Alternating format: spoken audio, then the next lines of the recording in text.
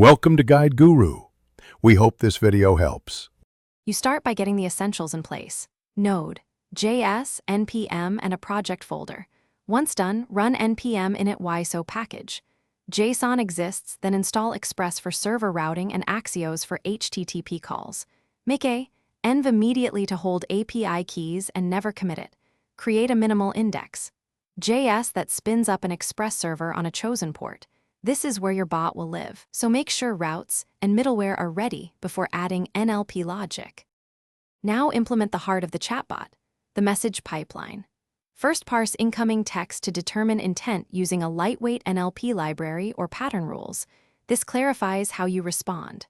Next, structure an async handler that maps intent to actions, call external APIs or local functions as needed, and normalize responses into a consistent JSON shape.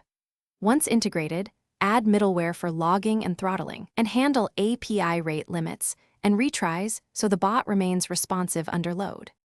Finish by preparing for production. Containerize or deploy to your platform, set environment variables securely, and expose health and readiness endpoints. Make sure logging and monitoring are enabled so you can trace conversations and errors.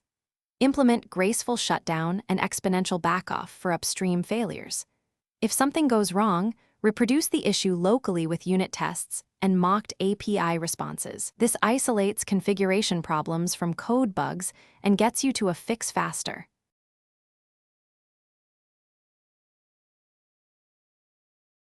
Thanks for watching. Consider subscribing if we helped you today.